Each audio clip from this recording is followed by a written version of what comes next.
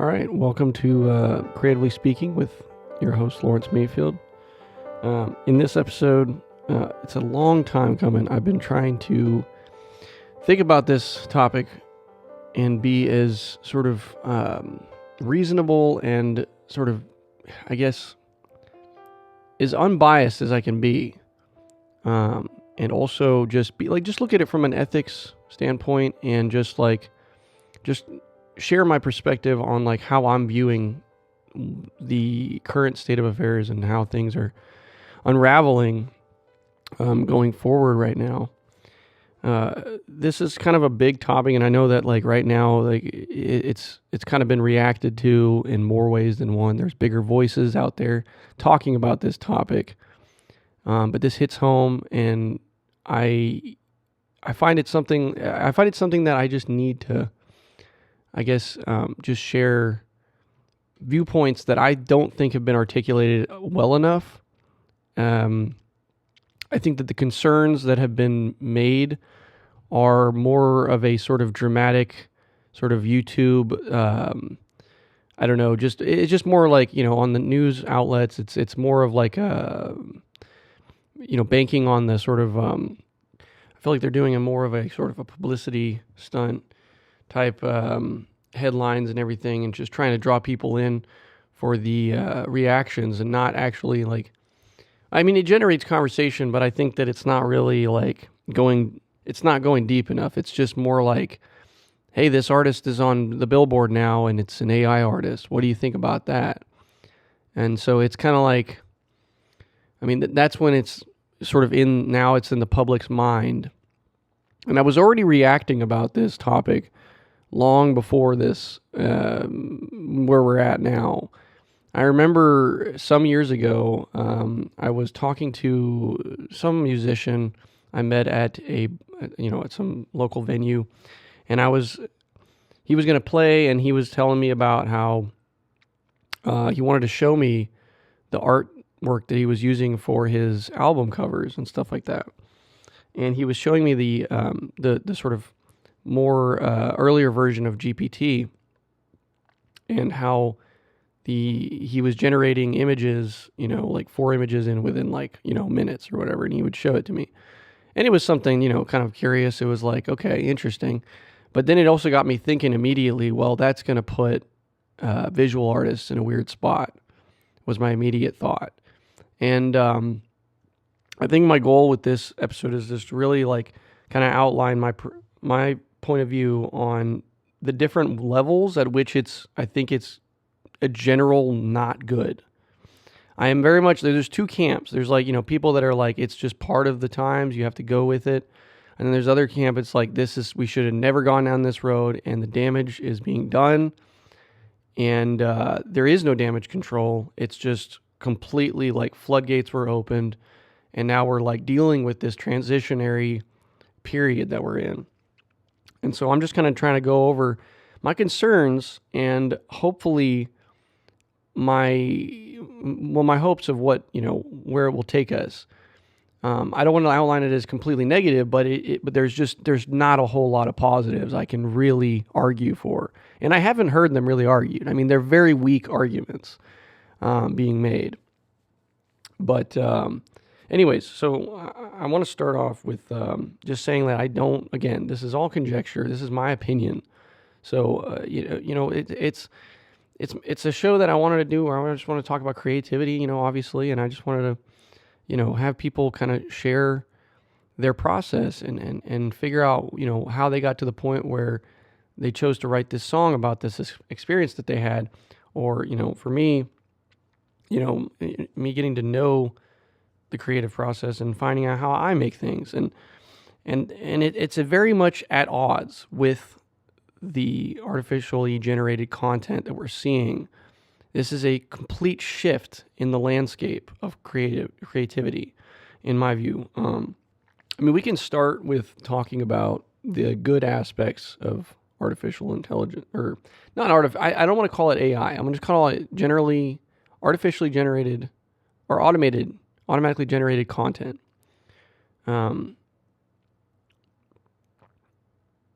Artificially generated content, if you want to call it that. But when I guess what I'm getting at is like there's people that have given me the reasonings for how it's made their life so much easier.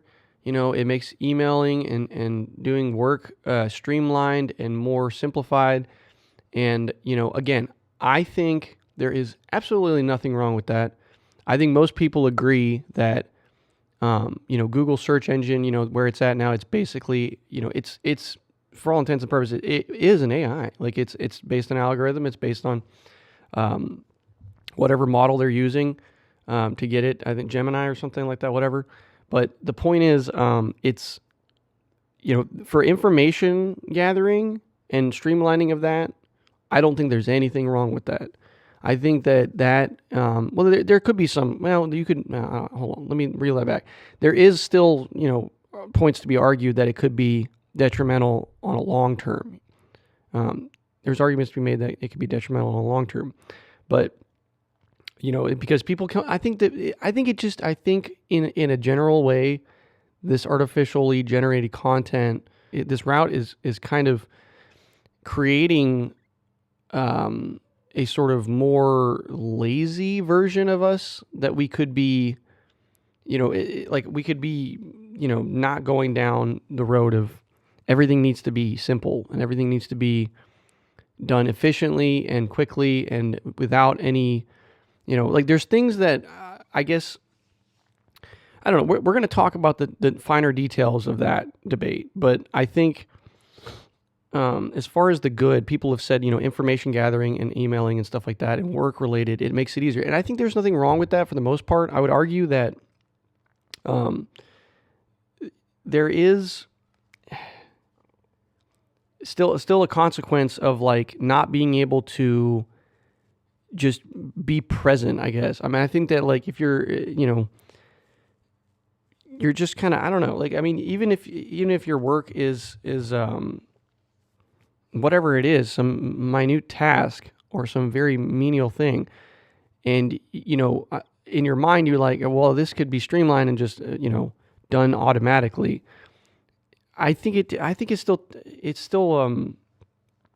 it's not really necessarily a good thing to take that away from thousands of people and then say that machines can do this instead. If it's not dangerous or if it's not something that like, I don't know. I don't. That one's not really like super big priority but that's one of the good arguments is what they're saying. Like, I can agree that to that point more than the other things. For work and stuff like that, if you're not really finding that is where you find, you're creating your identity and you're being creative with your solutions and stuff, then I guess it would be better to just let that take over and do those tasks. But where it's a bad thing is, obviously, how it's affected creative environments. Like, I think that, visual artists got hit relatively first, I would say. And, like, there's a sort of analogy I have where it's like, let's say you were some musician or something. Let's say I have a concept, okay? And I want somebody to draw a picture for me for the artwork. And let's say that you meet a visual artist. You start telling them about like, okay, so here's my idea. I want general outline. I want a picture of, I don't know, a dog, whatever. I need you to just kind of like put together a general setting of I don't know, it's sitting on the porch and, it's kind of looking for its owner or something. And it'll be on my EP or something, right? You tell them like general details. They don't really know. They haven't listened to music or anything. Some time goes by. It's not immediate. It's not like 4 minutes. It takes time, This person has a life. They have things they're doing. They have relationships. They have everything they're doing. While, then eventually you get to a point where they send you the details. They say, hey, I got 3 versions. I got A, B, and C, right? 3 versions of this dog that you're talking about. What do you think? And then you look at that and you say, well, I like C. I like picture C. And they're like, okay, cool. So what are you willing to pay me for that? Or what is it worth to you? and then you say, well, no, it's actually mine. I'm going to claim ownership because it was my idea. So basically, what I'm saying there, the analogy is that is AI. It is free commission. You're not paying anybody. You're undercutting the human to get a machine to automatically generate an image so that you can use that to promote your music. Because again, like I think arguably it is a little more difficult to maybe network and everything. And now it's like, I guess it's more shifting towards a DIY. Like everybody's legitimately going to be independent, and everybody will be like making every aspect their own. Like they have to do it on their own, because I think that this artificially generated content sort of development into technology that's happening right now, the technology involvement in our lives, like the social media and everything, I think it's heavily tied to the isolation aspect of my generation and the one that comes after, Gen Z. But I think that is going to really, sort of, I don't know. It's just going to change the landscape for music and creativity in general. And not for better necessarily. I mean, like, yeah, I understand that it's hard to get to know people and to network and to sort of like, come to compromise on ideas and stuff, and like be like, hey, I didn't really like those, and then that hurts the artist or whatever. And with a computer, you could just tell it, no, it's not good enough. I don't like that. That's not. Let's try and generate it again. Give it more prompts. Which is another point I want to make, is that we have to ask ourselves, this prompting language, at what point is creativity really, where is creativity's line? Like, is it creative to prompt? Because I'm going to honestly argue that I don't think it is. I think that prompting language is very instructive. It's like, it's very, disconnected. I think that, telling somebody, go to car, drive to store, get things, get ABC list, come home at this time. Like, it's just not, that's not how we talk. It's like a regression in our ability to communicate. And I can see that as like as another element to my fears. I mean, I don't know. I could go stir crazy by thinking about how I think ultimately this will go. But I think that is like a very long, distant future moment that will actually occur, which is that it will like put us in a regression moment where it's like, it's going to actually just like make us more stupid. Maybe not. Maybe that's not true. Maybe the amount of information and the accessibility of said information will make it so that we're all just like enlightened. But that's an optimist, and I'm not really an optimist. I actually am a realist. I'm trying to be realistic. Like, I'm seeing what's happening. I'm seeing the writing on the wall. And, this thing has really, honestly and truthfully not been really a good thing in many facets of our, of our lives. Like, it's just, like I talked with Dan about like how there was a double-edged sword aspect to technology. Every time we introduce technology, we think it's going to solve problems, but most of the time it introduces a flurry of new problems. So for every solution, you have 4 new problems. It's like a hydra. And you can look at social media for that. All the problems, a slew of problems that it's created from that. You can look at academia. It got hit. People were cheating. People were using AI to, again, this is not necessarily like, I'm not trying to, sort of make it into a political aspect. Like, I mean, I'm trying to stay on the creative, layer of this, but it is, I know this is not a derogatory, this is a pejorative, okay, this is a negative word, but it is infecting a lot of environments. You look at, academia and creative realms. It's just, and again, I'm going to argue the creative one. I'm not going to argue the academia one, but it's been It's one of the examples of where it is damaged and not really helped, you know? Because again, you could argue like, is the young person learning and really understanding the information if they're just going to be like, generate my essay for me? Like, I don't know to what level that is. I mean, I'm sure they have to be a little involved in the prompting. But again, instructive language is very much dumbed down. I mean, it's like a Google search, you know?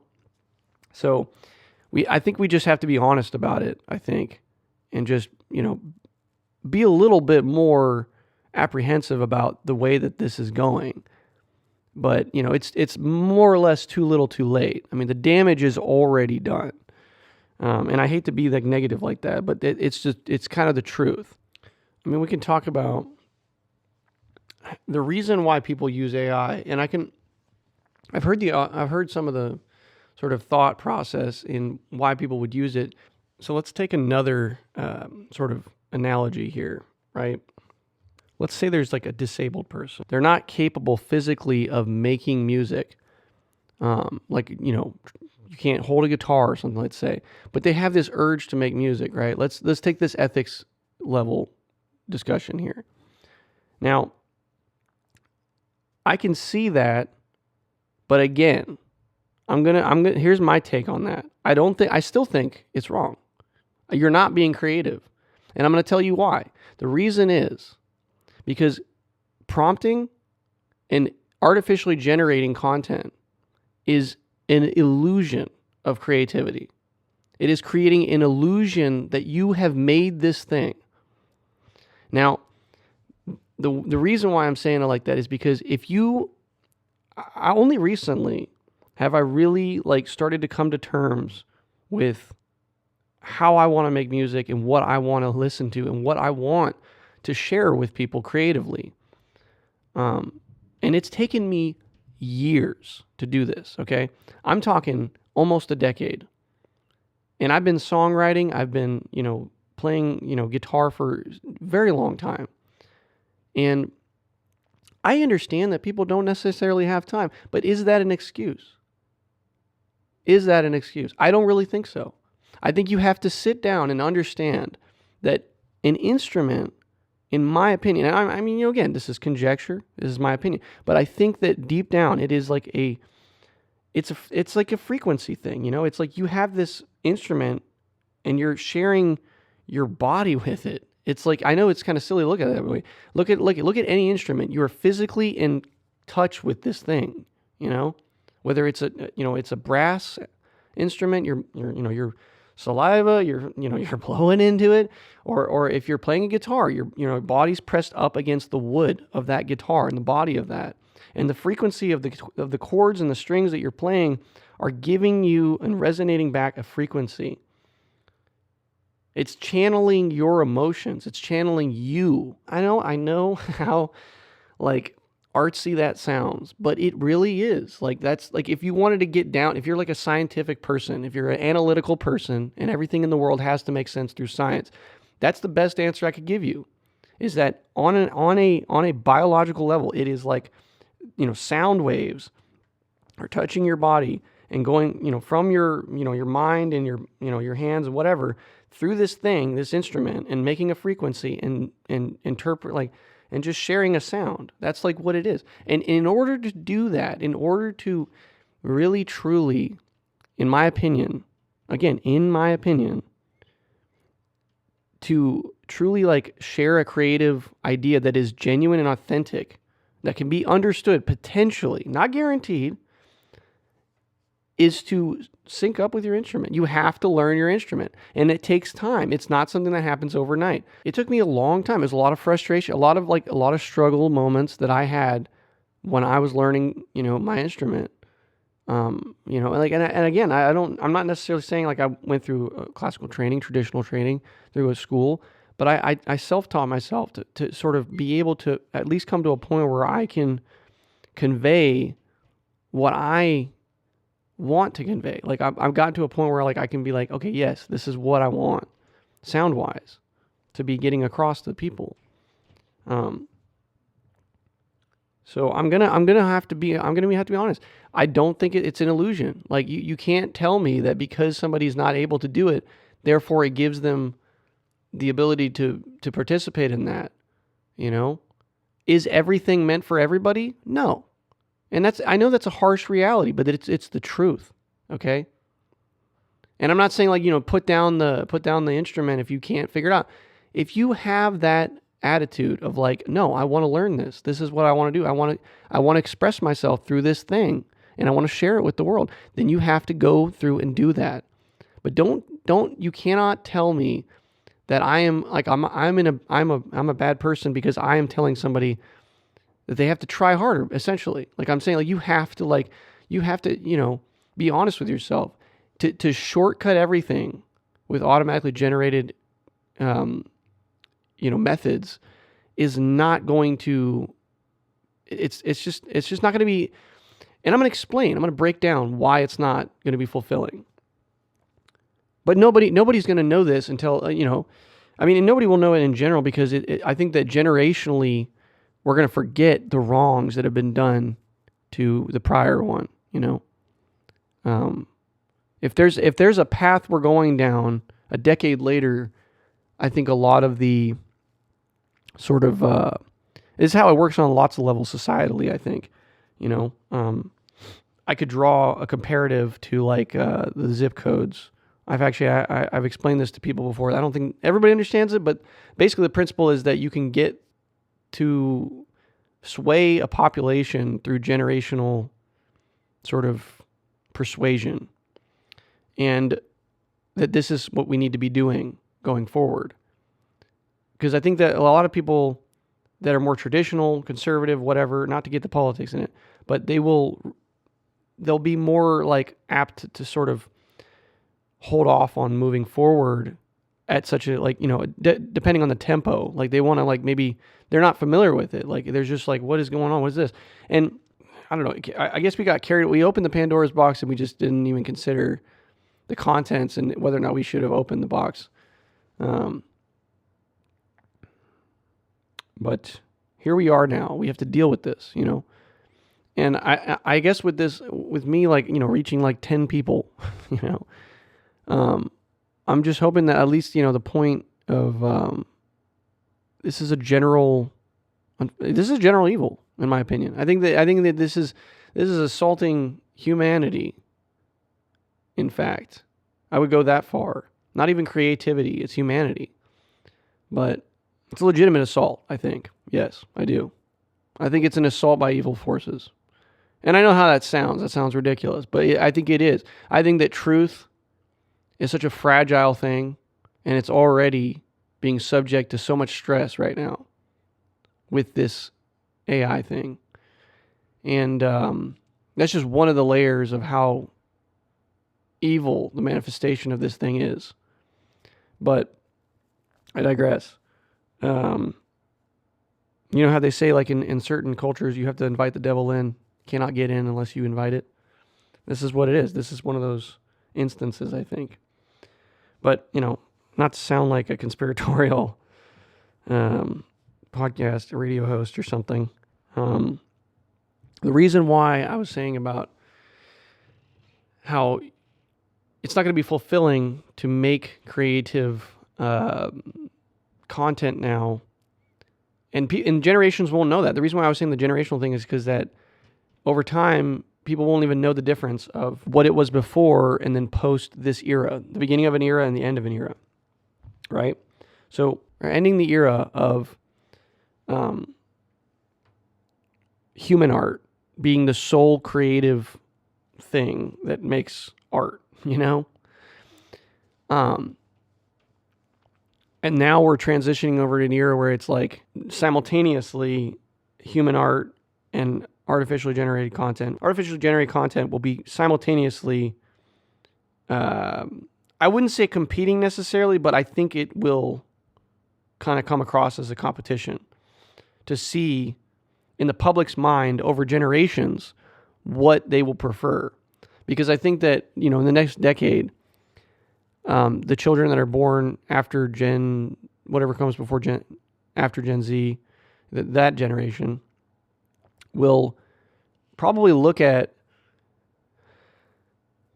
well, they're going to listen to music and they're just going to be like, well, I mean, I don't even know. I can't tell the difference. I mean, this is made by somebody automatically generated this with prompting, and this person made it with instruments in their home. Okay. Well, I think this one's better. Honestly, it's cleaner. Production sounds better. Everything's tighter. So, there's no imperfections, and that's where I think, I don't know. I feel like maybe this is destiny for humanity to become some sort of cyborg. Everything has to be perfect. Lines have to be perfect. I don't know. That's just a weird thought I had just now, but I think I said something like my last solo where I said the instruction manual and the guidebook doesn't really exist on many things, and you can refer to it if there is one to sort of help you understand what you're doing and how you're trying to do it, But at some point, some points, you have to like do away with that and then just figure it out, And I think that's where the learning comes from. Like, I don't know, maybe I'm just different. Maybe some people learn from the theoretical and the abstract, and I'm more of a visual person.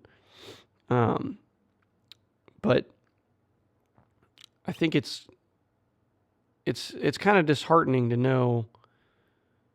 It's just a little sad, It's a little sad to know that the generations that come after will not know necessarily. I mean, maybe I'm not saying that this is a guarantee. There still could be people that will find it, but I think that a child that wants to do music will feel less motivated to do that.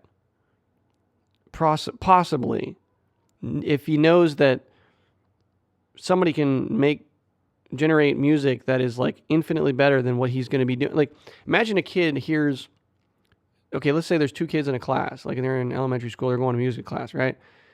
Timmy wants to like learn how to play the guitar, and then Jamie wants to learn, he's good on the computer and he knows how to like, program and prompt. And then, Timmy comes back the next week and he's got like a little riff. He's like, look at this. I learned how to do this on the guitar. Shows Jamie, and Jamie's like, cool, man, but check this out. And he shows him the song, and it's like complete. And it's like, and Timmy's like, whoa, how did you do that? That's cool. And I think that's going to be like a really scary moment, because I think that really just, Timmy's probably not going to be like, I don't want to play the guitar. I'm just going to prompt, Maybe he'll see a live performance and he'll think otherwise. Maybe he'll be like, well, maybe I want to actually be able to learn how to play that instrument. I don't know. But I think it discourages people to actually pick up an instrument and actually understand that instrument. That's my whole theory. I mean, we'll see. I mean, time will tell. But I fear. I really do truly fear for human creativity and the stress that it's being put under. I think that I mean, again, like, I don't want this to be like, for anybody that's creative that actually, is trying to pour their heart and soul and like trying to, relay an emotion as accurately as they can convey it through their instrument and their their instrumentation, their production or whatever, and the hardship and the authenticity and the time consumption that it takes for that, to not to stop doing that, like, keep doing that. Maybe it become more valuable knowing that this is happening right now, in the years to come. But I don't know. I do not know. There is no authenticity, and doing things the hard way does not necessarily amount to a better product, but it's something that is rewarding in and of itself, because you feel like you understand things better. When I'm sitting down and I'm trying to record, or I'm trying to like understand how I'm going to say something vocally and a melody to this rhythm that I'm doing, and I'm sitting for hours and I'm just going over this concept. I'm like, I don't know, that's not what I want to hear. That's not what I'm looking for. And you keep, sifting and sifting and sifting.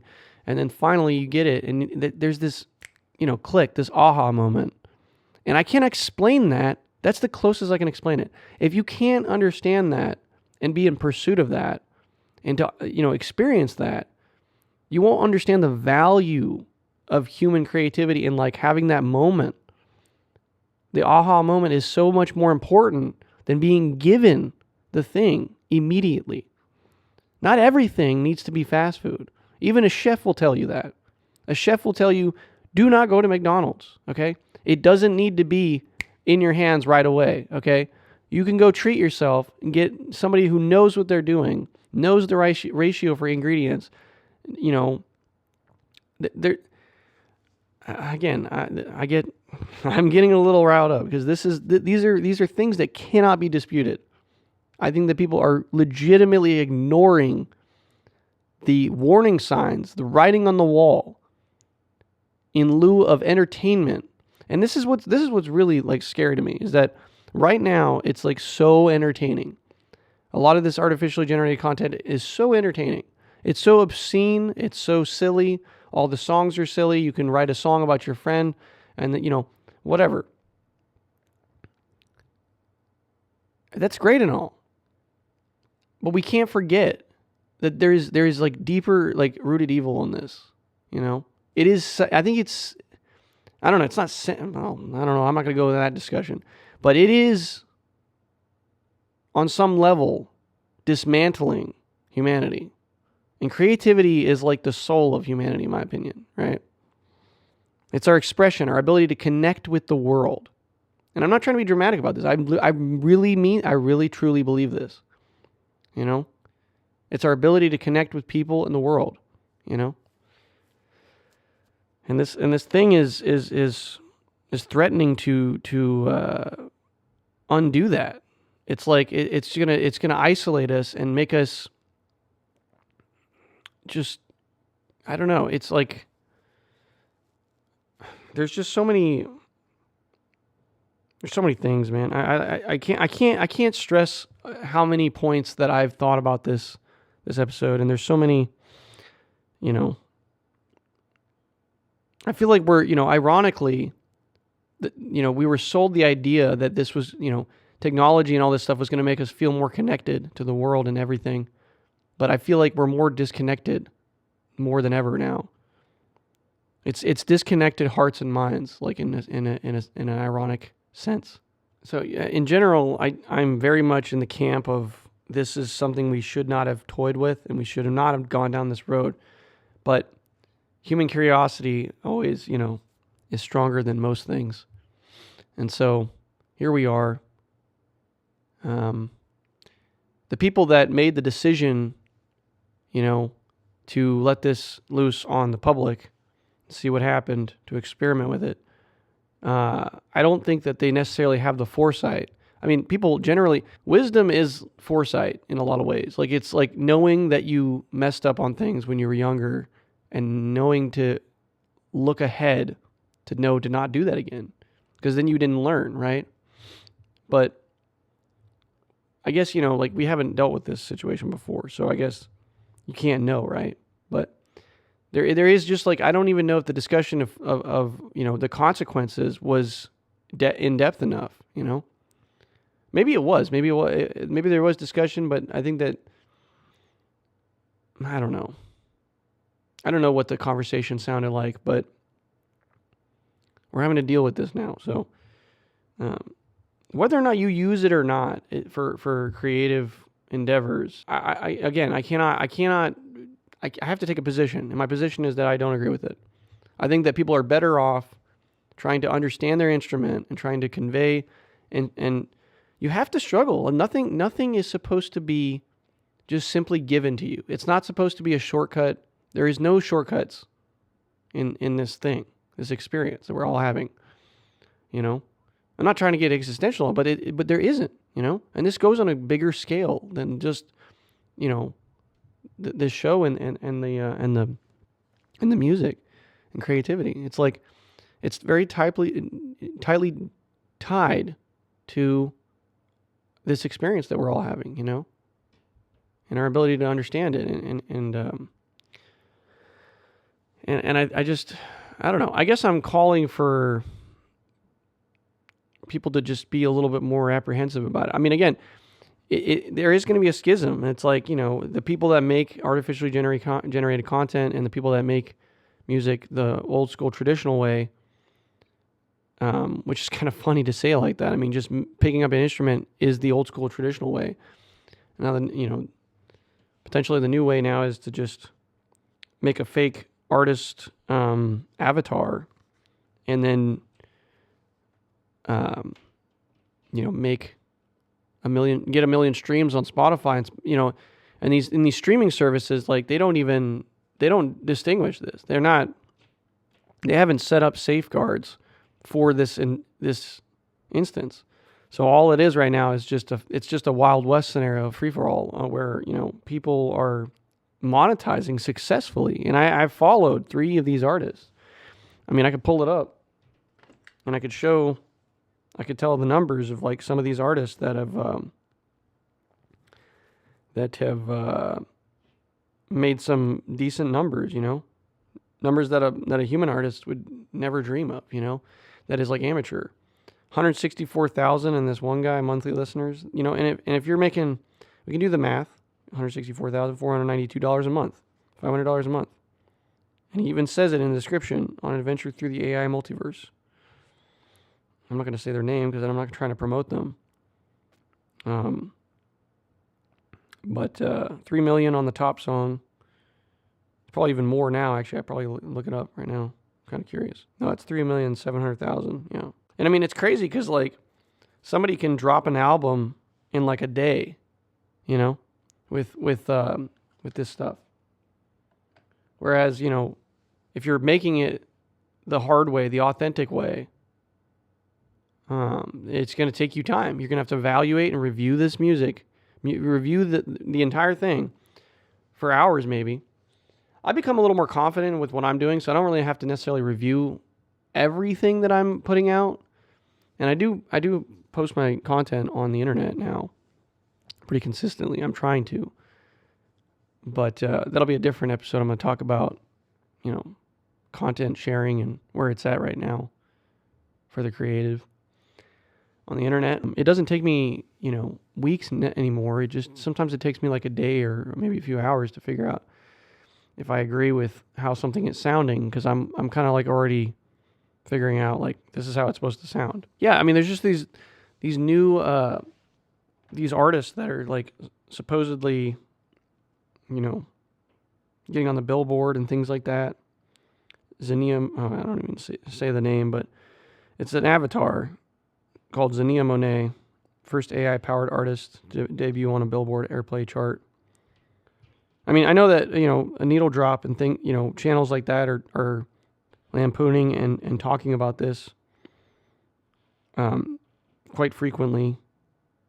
And I think it's good. I think that they're bigger voices and they're getting their message across and creating the discussion. But overall, there's Orion 7.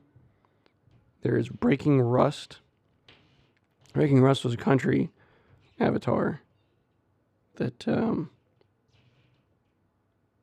got 5 million listens on its, probably even more now.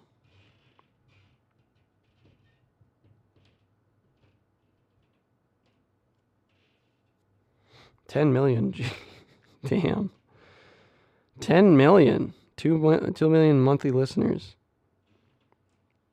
I think that some people are listening to this ironically, just trying to create that wave in the zeitgeist. God, dude.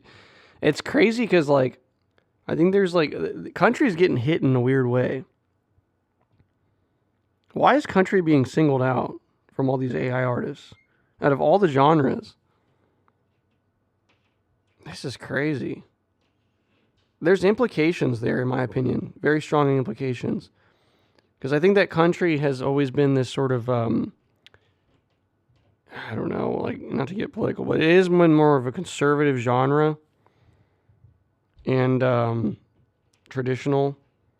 I think this thing, like, my initial gut reaction is that this thing wants to get at the most, like, purest of music, like, writing-wise. Most country, a lot of it is just songwriting about, like, just Just very wholesome things. I mean, not, you got fucking ridiculous. I can't remember his name, Walker something. Wheeler Walker Jr. He's got these songs that are like, fuck this job, drop him out, fucked by a country boy. Yeah, he's more of a obscene. He's like before AI, but he's like a person that just decided to be obscene about it. But now there's this like insane amounts of. It's like once somebody did it, and everybody saw that there was money in it. Because if you got 2.3 million streams every month, you're making money. You're making times 0.03. You got $6,900 a month. You could live in a nice place for that. I think we should read some of these lyrics though. I think that's what I want to do. I want to read some of these lyrics. Just to share kind of what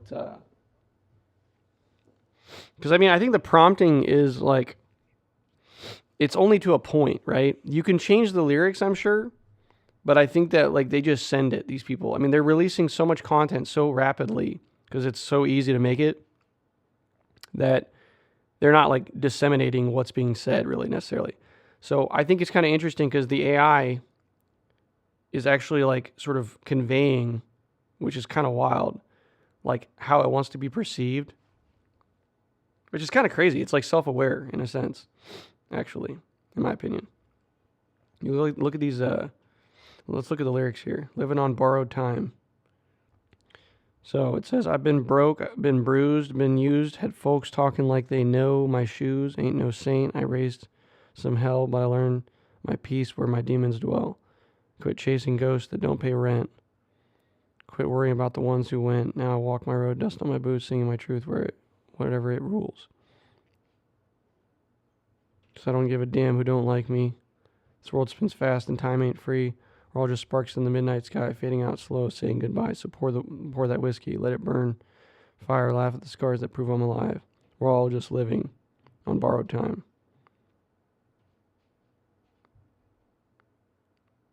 Man. Had some lovers, lost some friends. Fuck. Maybe, okay, like you could say like, I don't know. It doesn't matter. It's not, because the avatar exists on its own, right? It's made by a person, and the avatar is saying these things. It's just like, it hasn't experienced any of that. Like I guess, what is a closing statement of, I hope for the best, but I'm trying to prepare my mind and prepare for the worst, I think that like this is an uncomfortable transition for people. I think we're seeing a weird shift with artificial content. And God only knows, or whatever knows what is in store for us with this thing. So it's a shame that it had to damage creative realms, though. Nobody ever thought it was going to go there, I think. Everybody was like very dismissive of that. I've talked to like blues musicians and like people from like older generations, and they're like, nah, they'll just brush it off like that's never going to happen. But they don't understand that some genres, arguably, I know this is going to come across a little pretentious, but what would I be if I'm a musician, self-proclaimed or whatever? What would I be if I'm not pretentious? You have to be a little pretentious, right? But I'll say this is the pretentious thing, is that, certain genres are just not as technical. They're just not. They're not as, and that's okay. Like, not every genre has to have, like, every aspect be super technical. Some genres have different strengths, Country is not a very technical genre. Like, I don't think it is. And that's why I think that genre ultimately will take a big hit here.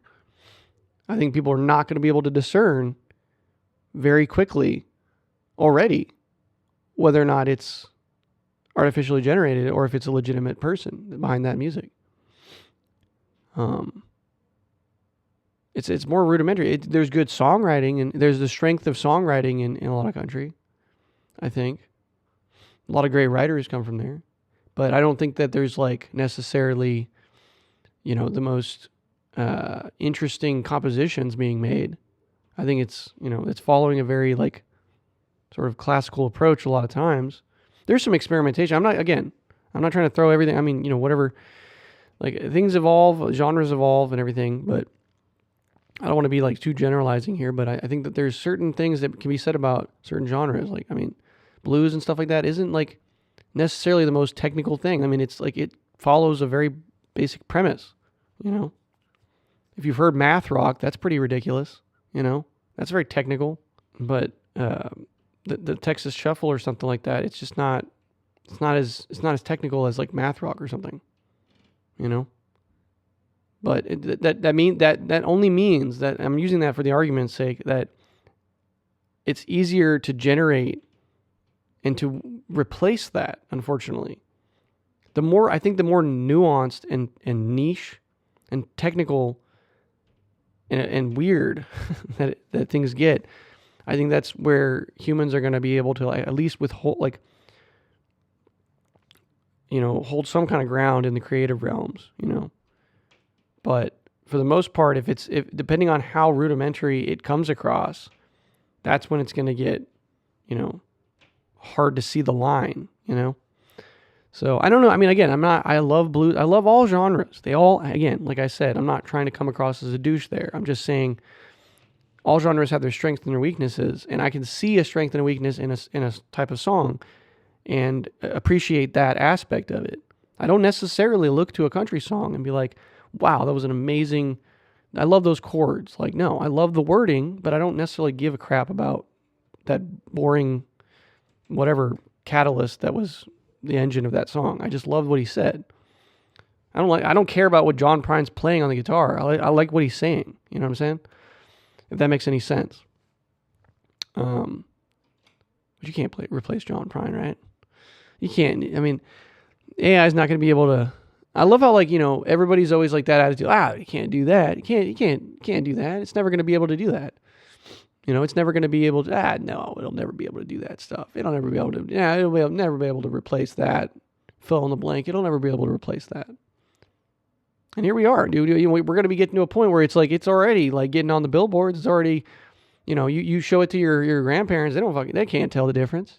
They're gonna be like, oh, that was really good. Who was that? No, it's an artificially generated song by somebody who said a bunch of words in a paragraph. What? Yeah, it's AI. Oh. Well, that's kind of interesting. And then people just don't know what to feel about it, But I feel some kind of way. I hope you do too. I hope that people feel some kind of way about it. I hope that people at least can articulate their position on it enough to where it's reasoned and it it's well founded, and it's not just you're just jealous or you're just it's just bad or whatever. Like, it's got to be. I was trying to make this episode. I'm not trying to come across some sort of. I don't want to come across any kind of negative way. I'm just. This is my honest feelings. I want people to know that this is something that is not really going to be whatever restrictions we put on it in the future. Who knows? I don't know if we're gonna at some point legally come to a point where artists are gonna actually hey, can't cross this line without being taken to court. Okay, this is not your content. You didn't make that instrument do the thing. And people are like, well, what do I have to go outside and hit two rocks together to make the sound? I can't get it from a computer. It's I'm not saying that. I'm just, there is a line of authenticity that is being blurred, And I think there's opportunistic people always, and right now you're seeing a lot of opportunistic people making country avatars and getting in on that game, flooding the market. And this is exactly what I knew was going to happen. I said this on the episode to Dan. I said, we're going to see a flood of content, an oversaturation of content. And this is what is happening. Because everybody sees there's like a new gold rush, you know? And it's more like I don't really have savory words. I was going to use something else aside from gold, but it's some kind of rush. And rush to the fucking end of the world. Rush to the bottom. Rush to the bottom, I guess. Everybody wants to scrape $1 out of the bottom of the barrel. Any means necessary, even if it means losing your fucking soul. But yeah. I mean, I know that sounds really negative, but I mean, like, that's just kind of what it is. I mean, if we can't be honest about these things, then what can we be honest about? If we're all living a lie, then what the fuck are we doing, you know? Like, I'm not about that. I'm just going to tell you like it is. Like, I don't agree with this thing. And I hope that you don't either, honestly, after we've had this this monologue. I think next episode will be also solo. I'll talk about more of like promoting content and like where content sharing is at, what things are inspiring me maybe, possibly in the future here next month. But yeah, that's kind of where I wanted to close that at. I hope that people just kind of know where they're at, where they stand on this topic. Yeah, I appreciate you listening for the 7th episode here, and we'll be back next month with another episode on the topic of creativity. Thank you for listening.